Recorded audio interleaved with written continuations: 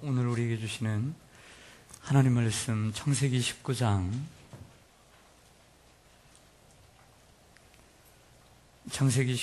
17절로 23절까지의 말씀입니다.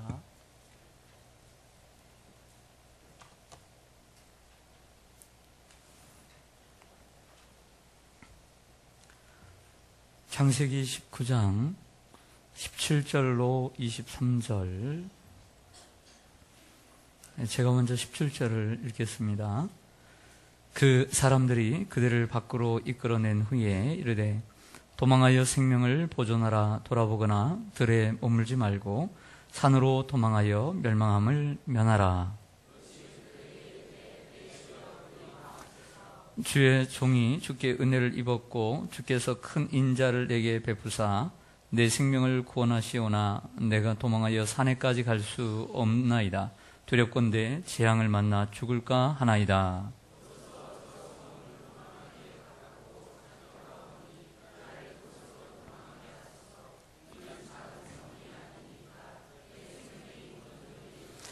그가 그에게 이르되 내가 이 일에도 내 소원을 들었은즉 내가 말하는 그 성읍을 멸하지 아니하리니.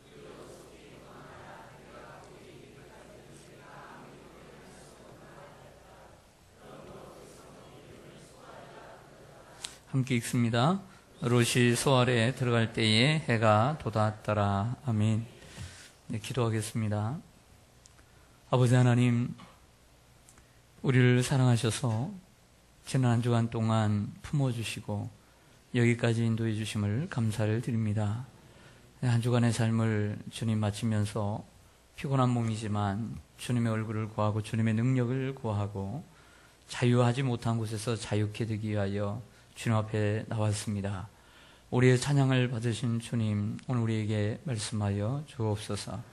주님의 말씀 우리의 주님 귓가에만 스치는 말씀이 되지 않게 해주시고 우리의 심령에 박혀서 우리의 삶을 변화시키는 능력이 되게 하여 주시옵소서. 수고하고 무거운 짐들을 가지고 온 성도들이 있습니다. 하나님, 염려와 걱정을 주님께 맡기게 하시고 그 근심과 두려움이 변하여 도리어 기도와 능력이 되게 하여 주옵소서. 우리의 방패가 되시는 주님께서 우리의 모든 삶의 어려움 가운데 주님 방패로 막아 주시옵시고 우리의 얼굴을 드사 주님의 영광을 보게 하여 주옵소서. 흩어져 있는 시온산의 하늘 가족들 어느 곳에 있든지 하나님께서 눈여겨 보시고 눈동자와 같이 지켜 보하여 주옵소서. 병상에 있는 환우들과 군문에 나가 있는 사랑하는 자녀들, 또 해외에 흩어진 많은 성도들, 하나님 이 시간도 아버지 하나님께서 붙잡아 주시옵소서. 이 시간 우리들의 아버지 하나님 마음을 열어주시기를 원합니다. 혹이라도 아버지 하나님 악의 영들에게 사로잡히지 않도록 우리의 마음을 성령으로 붙잡아 주시옵소서. 예수님의 이름으로 기도드리옵나이다. 아멘. 할렐루야. 네, 오늘 금요기도에 올라오신 여러분 주님의 이름으로 환영하고 축복합니다. 앞에 옆에 뒤에 서로 인사하겠습니다. 반갑습니다. 사랑합니다. 축복합니다. 네.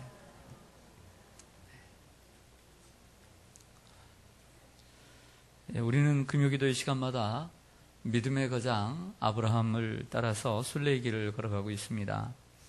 아브라함을 살펴보는 가운데 롯에 대해서 몇 시간 계속해서 살펴봅니다. 하나님은 두 천사를 보내어서 소돔과 고모라 성의 그 죄악상을 감찰하셨습니다. 하지만 감찰 결과 심각했습니다. 소돔과 고모라를 멸망시키기로 작정을 하고 아브라함의 기도를 생각하사 롯을 구하시는 하나님의 손길을 오늘 볼 수가 있습니다. 이 말을 예비사회들에게 전했지만 예비사회들은 그 장인의 말을 농담으로 여기고 결국에 나오지 못하고 멸망을 받습니다. 결국 롯과 아내 그리고 두 딸, 그것도 천사 둘이 각각 롯과 롯의 아내의 두 손을 잡고 그리고 두 딸의 손을 잡고 억지로 끌려오다시피 끌고 나왔습니다. 오늘 본문의 말씀 이제 나오면서 그들에게 하는 말을 좀 들어보기를 원합니다. 먼저 17절을 보시죠. 그 사람들이, 천사들이 그들을 밖으로, 롯의 가족들을 밖으로 이끌어낸 후에 밖으로 나왔습니다. 이르되 말합니다. 도망하여 생명을 보존하라. 돌아보거나 들에 머물지 말고 산으로 도망하여 멸망함을 면하라. 아멘. 우리가 여기서 깨달을 수 있는 것은 소돔성을 나왔다고 구원이 아니라는 것이죠.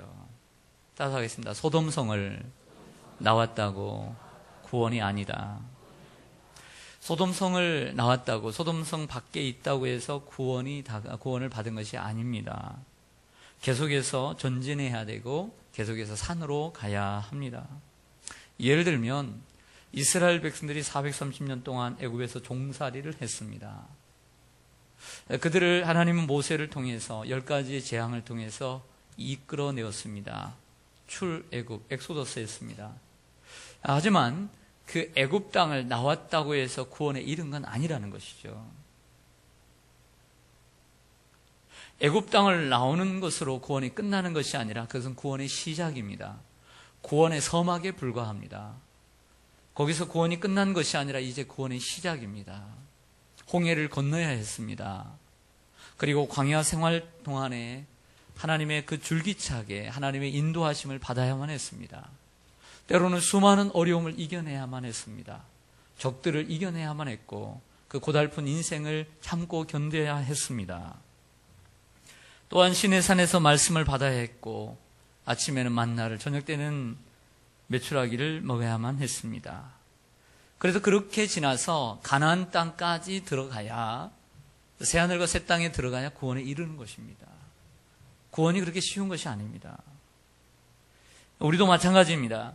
예수를 우리가 믿었다고 해서 구원받았다라고 안심할 수 없습니다. 예수를 믿었다, 그럼 믿었으면 구원을 받는다, 거기에 끝이 아니라는 것이죠. 그렇게 끝나는 것이 구원파입니다.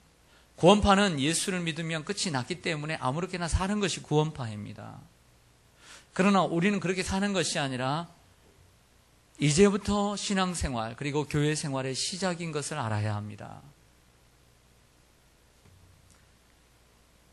예수를 믿고 구원받은 것은 우리의 힘으로, 우리의 능력으로 구원받은 것이 아니라 하나님의 은혜로 구원받은 줄로 믿습니다. 에베소 2장 8절 이하에 보면 너희는 그 은혜에 의하여 믿음으로 말미암아 구원을 얻었나니 이것이 너희에게서 난 것이 아니요 하나님의 선물이라. 행위에서 난 것이 아니니 누구든지 자랑하지 못하게 함이라 했습니다.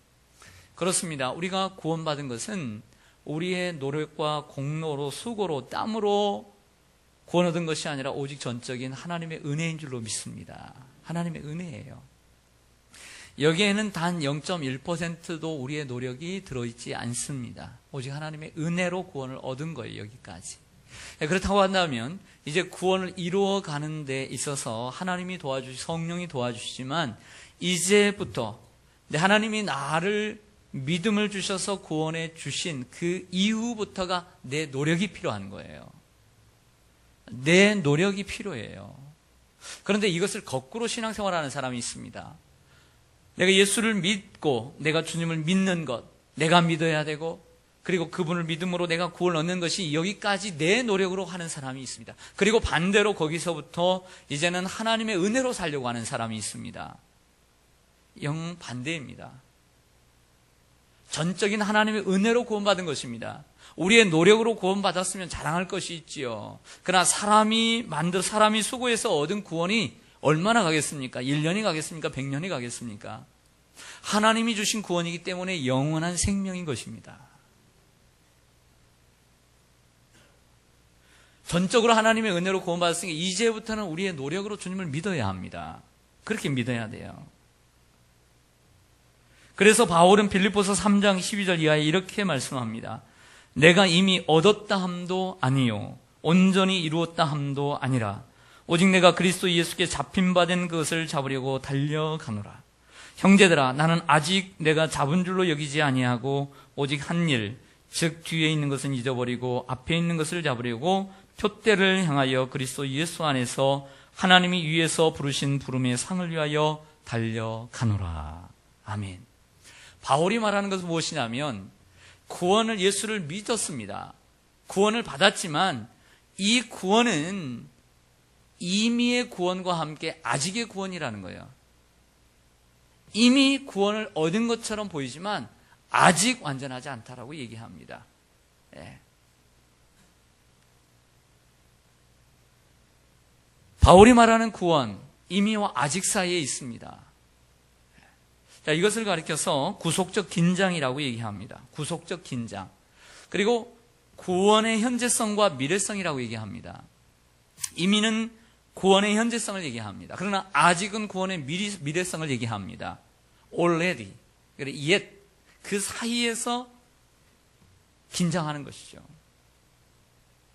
그렇습니다. 우리는 구원을 완성한 것이 아닙니다. 우리는 구원을 받았지만 계속해서 구원을 이루어 가야 된다라고 말씀합니다. 그래서 두려움과 떨림으로 구원을 이루어 가라. 이렇게 얘기합니다. 여러분, 신앙생활은 멈추는 것이 아닙니다. 계속해서 전진해 가는 것인 줄로 믿습니다. 그래서 에베소 4장 13절에 바울은 얘기합니다. 우리가 다 하나님의 아들을 믿는 것과 아는 일에 하나가 되어 온전한 사람을 이루어 그리스도의 장성한 분량이 충만한 데까지 이르리니 라고 얘기합니다. 멈추는 것이 아니라 어린아이의 신앙에서 벗어나서 장성한 분량에 이르도록 우리들에게 권면합니다. 디모데전서 4장 15절에서 이 모든 일에 전심전력하여 너희 성숙함을 모든 사람에게 나타나게 하라고 했습니다. 우리가 구원을 예수 그리스도의 십자가를 믿고 예수님을 믿고 구원 얻는 것은 하나님의 전적인 은혜라니까요. 우리의 노력이 조금도 들어가 있지 않아요. 그 이후에 전심전력을 다해야 돼요. 그래서 신앙생활 누가 잘하는 줄 아세요? 구원받은 후에 열심히 주님을 따라가고 노력하는 사람이 신앙생활을 잘하고 성장하는 거예요. 할렐루야. 지금 노력하지 않는 사람들 성장커녕 퇴보해요. 옛날 신앙이 있는 게 아니에요. 그 사람은 성경을 오해하는 거예요. 신앙생활은 계속해서 열심을 다하고 충성을 다하고 전심전력을 다해야 될 줄로 믿습니다. 옛날의 신앙 그대로 있을 줄 아세요? 착각하지 마세요.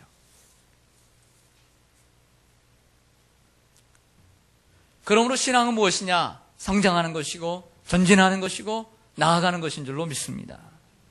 선자들은 롯의 가족들에게 두 가지를 제안합니다. 다시 한번 우리 17절을 보겠습니다. 그 사람들이 그들을 밖으로 이끌어낸 후에 이르되 도망하여 생명을 보존하라. 네, 도망하는 것이 나쁜 것만은 아니에요. 예. 지옥에서 도망하는 것은 좋은 거예요. 첫째, 돌아보거나. 둘째, 들에 머물지 말라. 산으로 도망하여 멸망함을 면하라 했습니다. 저를 보겠습니다. 전사들은 이제 소돔성에서 나온 이 롯의 가족들에게 두 가지를 권면합니다. 제안을 하죠. 이것을 꼭 지켜라. 첫째, 뒤돌아보지 말라. 뒤돌아보지 말라. 뒤돌아보지 말라. 신앙생활을 어떻게 해야 되냐면 뒤돌아보지 말아야 합니다. 어떻게 하는 것이 신앙생활입니까? 앞을 보고 나아가는 것입니다. 이게 신앙생활입니다. 전성을 향해 가는 성도들아, 앞길에 장애를 두려워 말라. 앞으로 천성을 향해 나가자. 앞으로 가는 것이 신앙생활인 줄로 믿습니다. 멈추면 넘어지게 되는 것이 신앙생활입니다. 마치 자전거와 같습니다. 자전거 페달을 밟다 보면 계속 밟아야죠. 네. 묘기를 부리는 사람이 아닌 이상 서 있을 수가 없습니다. 계속 굴려야 나갈 수 있는 것입니다. 로마서 12장 12절에 바울은 이렇게 권면합니다. 부지런하여 게으르지 말고 열심을 품고 주를 섬기라. 부지런하여 게으르지 말고 열심을 품고 주를 섬기라. 오늘 본문 26절을 보시죠. 오늘 본문 26절 보시면 같은 장 26절에 같이 읽습니다. 시작. 롯의 아내는 뒤를 돌아보았으므로 소금 기둥이 되었더라. 아멘. 롯의 아내가 소금 기둥이 되었습니다. 왜 소금 기둥이 되었죠? 뒤를 돌아본 거로. 뭐 잘못했습니까? 네. 한번 생각해 봐요. 소금 기둥이 될 정도로 롯의 아내가 잘못했습니까?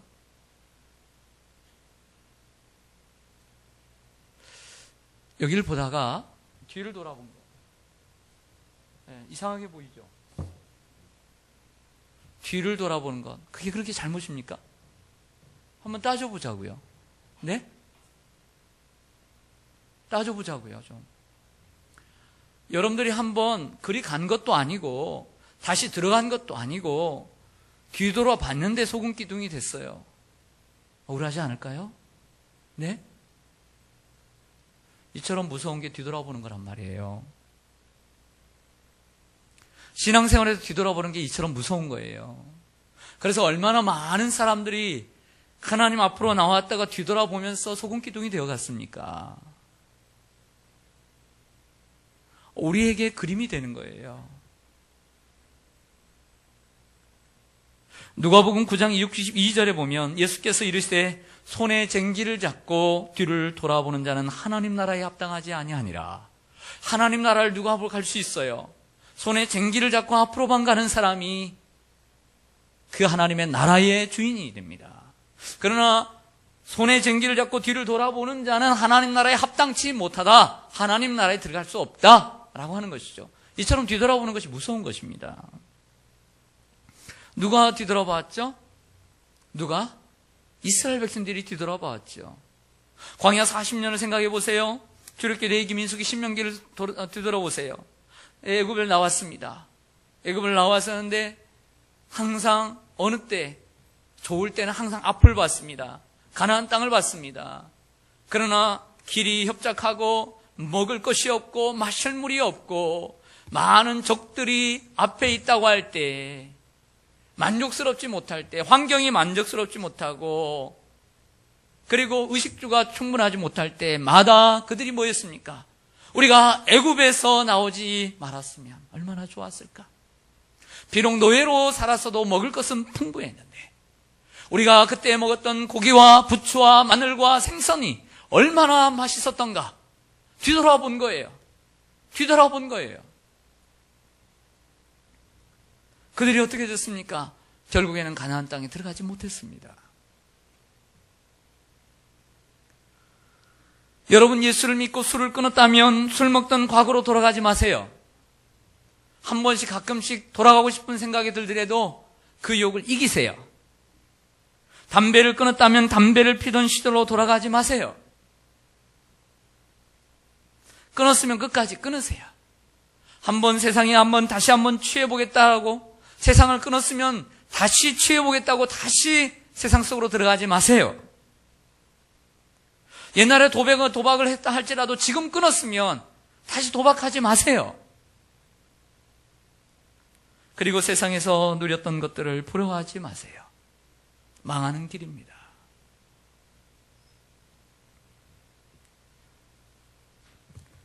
우린 기도해야 됩니다. 하나님, 내가 자꾸 뒤를 돌아보려고 합니다. 힘들고 어려울 때마다 뒤돌아보려고 하고 세상이 좋아 보이기도 합니다. 그럴 때는 기도해야 돼요. 성령의 도우심을 구하시기를 바랍니다. 올해 한국 프로야구 이야기입니다. 이제 한국 프로야구가 이제 끝을 향해서 달려가고 있는데 올해는 확실하게 자주 보지는 않지만 뭐 대충 성적들은 아니까 1, 2, 3위는 거의 정해져 있습니다. 이 중간이 없고 4위 그룹이 대부분입니다. 뭐 4, 2, 5, 6, 7, 8 뭐 그런 것 같아요 보니까.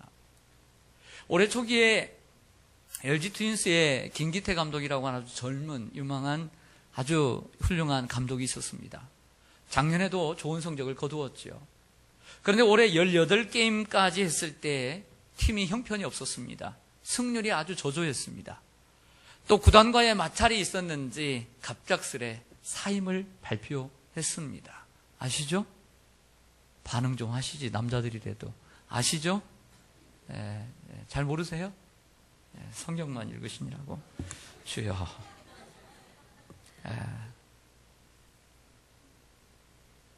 우린 그걸 통해서 감독이라고 하는 자리가 얼마나 어려운 자리인가, 그 승수 하나 때문에 왔다 갔다 하는 그 감독의 마음이 얼마나 힘든가를 우리는 느낄 수 있었죠.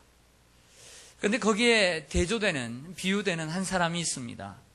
아주 뭐 최고의 베테랑이죠. 한화의 김응용이라고 하는 감독입니다.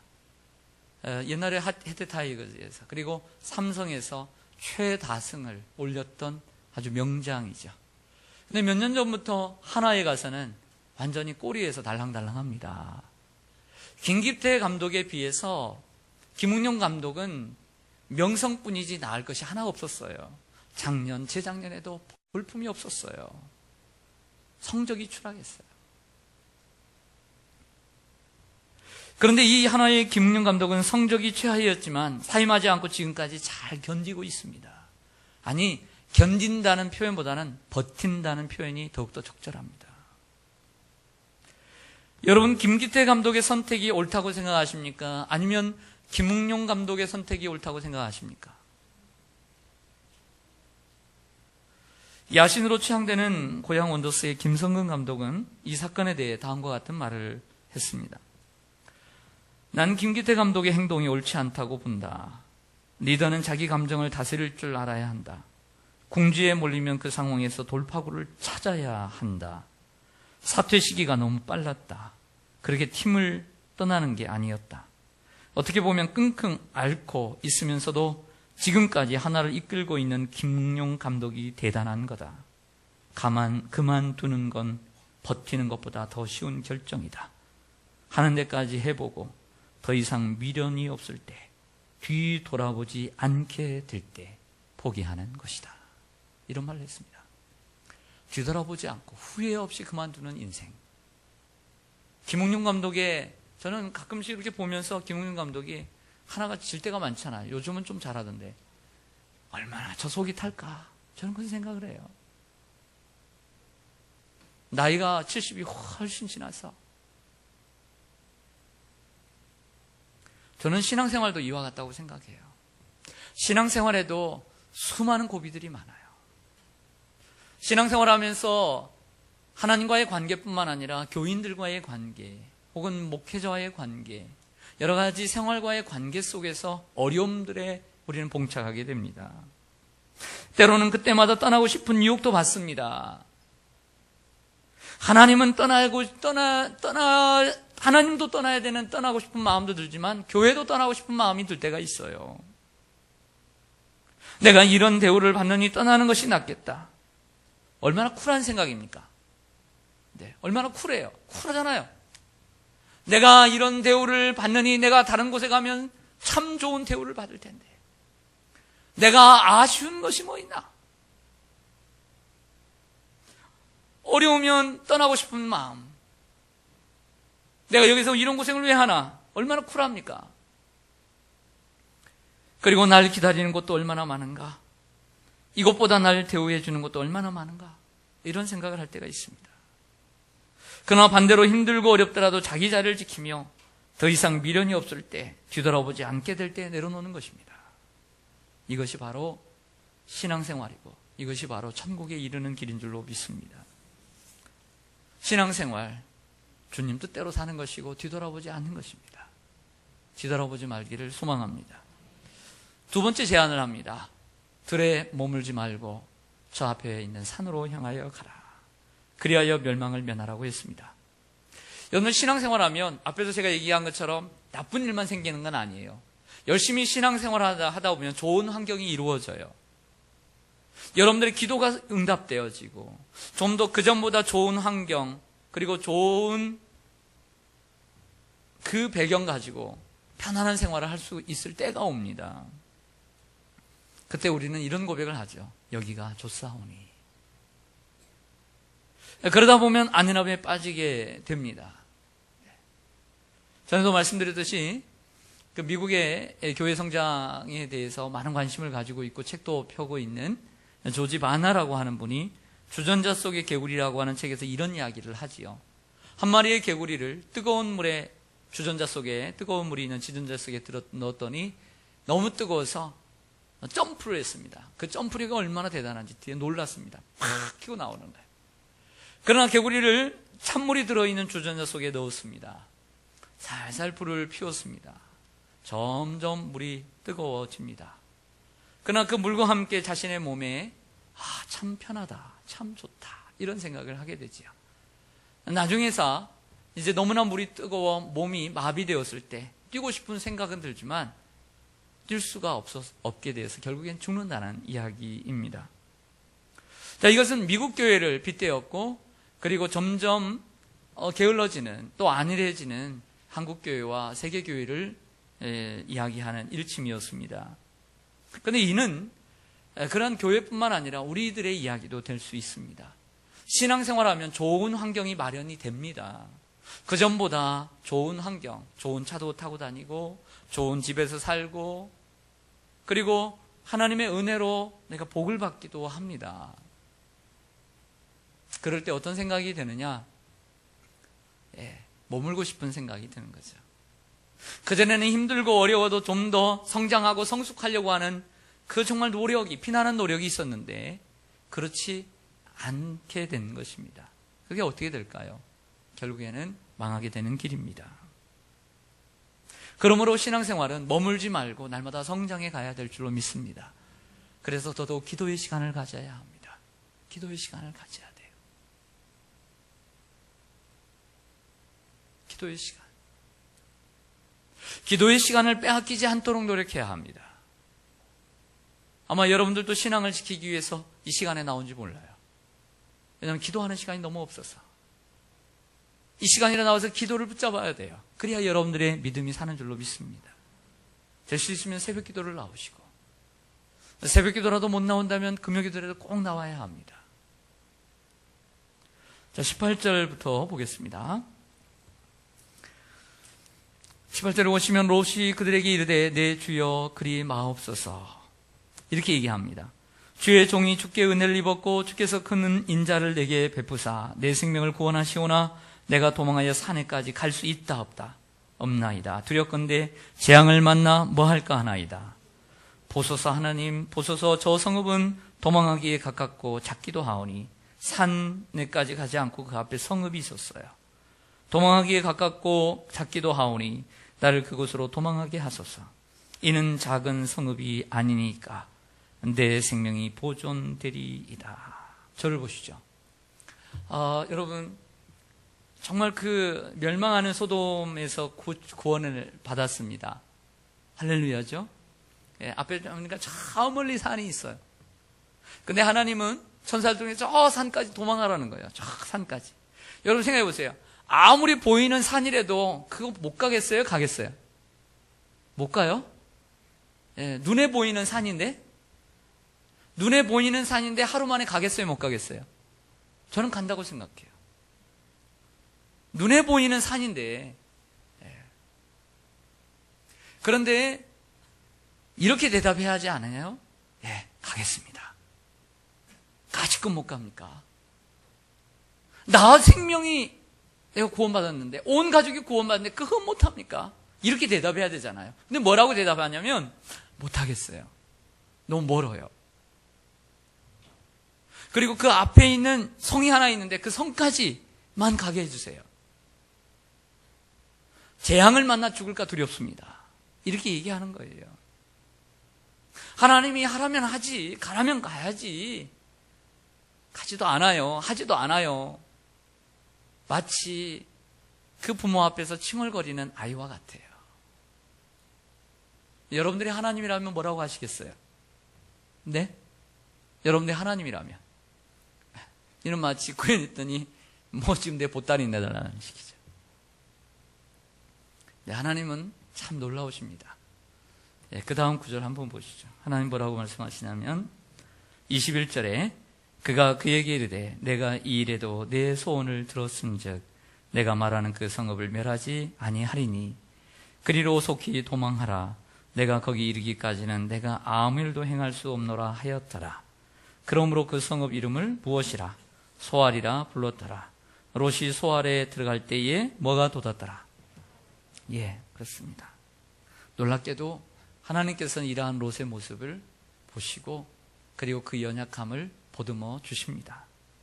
하나님은 아브라함처럼 믿음이 좋고 늘 순종하는 사람만 사랑하실까요? 그렇지 않다는 거죠. 이처럼 롯처럼 믿음도 약하고 세상에 자주 빠지기도 하고 연약한 사람도 하나님은 사랑하십니다. 이게 하나님의 사랑이죠. 감격스럽지 않아요? 여기에 감격하는 사람은 롯과 같은 사람, 경험이 있는 사람이에요. 느낌 아니까. 그런데 도저히 아직도 머리로는 계산이 안 돼. 이런 분들은 지금 아브라함 같은 신앙생활을 해가지고 철두철미하고 실수하지 않고 믿음 좋은 사람들은 지금 그래도 아닌데 이런 생각을 하는 거예요. 그런데 한두 번쯤 롯처럼 세상에 빠지기도 하고 교회 열심히 나가다가도 교회 나가기 싫고 연약하고 마치 칭얼대는 이 롯처럼 이런 마음을 가지고 있던 분이에요. 하나님께서 그런 분도 사랑하십니다. 이게 하나님의 사랑이죠. 하나님은 똑똑하고 잘난 사람만 사랑하시지 않습니다. 의지가 강하고 마음이 강한 사람만 사랑하시지 않습니다. 평소에 쉽게 포기하고 마음이 연약하고 늘 불안한 사람도 하나님은 사랑하십니다. 하나님은 똑똑하고 건강하고 좋은 가문에서 태어난 사람만 원하시지 않습니다. 세상적으로 가치 없어 보일지라도 하나님은 그들을 눈동자처럼 사랑하십니다. 하나님은 또한 교회 안에서 믿음 좋은 사람, 흔들림이 없는 사람, 언제나 봉사 잘하는 사람, 이런 사람만 사랑하시지 않습니다. 믿음도 없고 자주 흔들리고 시험에 들기도 하고 봉사도 못하고 문제를 야기하고 만드는 사람까지도 하나님은 사랑하십니다. 이분이 하나님이십니다. 이는 마치 똑똑하고 능력 있는 자녀만 사랑하지 않고 살아갈 능력이 없는 그런 자녀를 생각해서 목돈을 모아놓는 아버지 어머니의 마음과 같습니다. 하나님은 이런 분이십니다. 사랑이 한이 없으신 하나님이십니다. 그래서 하나님께서 그 롯의 가정이 그 소알이라고 하는 그 작은 성에 들어가기까지 그 성을 멸하지 않으신다. 그리고 그 들어갈 때 해가 돋았다라고 하는 것은 아직도 그 소알성이 멸망하지 않았다라고 하는 하나님의 사랑을 보여주고 있습니다. 하나님은 똑똑하고 가치 있는 사람만 사랑하시지 않습니다. 가치 없는 사람을 가치 있는 사람처럼 또 자격 없는 사람을 자격 있는 사람과 똑같이 축복하십니다. 하나님께서 이처럼 저와 여러분을 롯처럼 사랑하신 줄로 믿습니다. 기도하겠습니다. 아버지 하나님, 아브라함처럼 믿음이 좋고 똑똑하고 마음이 강하고 변함없고 충성하는 사람만 사랑하시지 않고 우리처럼 연약하고 마음이 약하고 때로는 교회를 나왔다 안 나왔다 하기도 하고 주님 앞에 나오기도 하면서도 세상 속에서도 살아가는 연약한 존재인 우리들을 사랑해 주셔서 감사합니다. 아버지 하나님, 그러나 이제 그러한 과정을 거쳐서 이제는 뒤돌아보지 말게 해주시고 이제는 자기의 자리에 만족하며 머물러 있지도 말게 해주시고 주님이 원하시는 그 천성을 향하여 달려갈 수 있도록 인도해 주옵소서. 우리 중에는 지금도 뒤돌아보고 싶은 사람들이 있습니다. 뒤돌아본다는 것이 얼마나 무서운 것인가를 롯의 철을 보며 생각했습니다. 뒤를 돌아본 것뿐인데 소금 기둥이 되었습니다. 하나님이여, 마음까지도 생각까지도 이스라엘 백성들처럼 언어까지도 되돌아보지 말게 해주시고 오직 주님만을 바라보며 나갈 수 있도록 인도하여 주시옵소서. 하나, 우리가 롯과 같이 연약하고 주님 넘어질 때도 있습니다. 그래서 하나님의 그 크신 열심으로 하나님 우리를 이끌어 주신 줄로 믿습니다. 우리 중에 또 우리 성도님들 중에도 이처럼 믿음이 약한 이들이 있습니다. 어린아이처럼 칭얼거리는 이들이 있습니다. 세상과 교회 속에서 주님이 양다리를 거치며 머뭇거리는 이들도 있습니다. 하나님, 그러나 그들을 사랑하시는 주님, 마치 우리의 자녀 못난 자식을 더 생각하는 것처럼 하나님의 사랑이 이처럼 큼을 감사하고 하나님 앞에 영광을 올려드립니다. 하나님의 그 크신 사랑으로 그러한 성도님들까지도 하나님께서 보듬어 주시고 눈동자와 같이 지켜 주시옵소서. 그리고 후에는 그들을 더욱더 보배롭고 존귀한 주님의 자녀와 일꾼으로 세워 주시옵소서. 예수님의 이름으로 기도드리옵나이다. 아멘.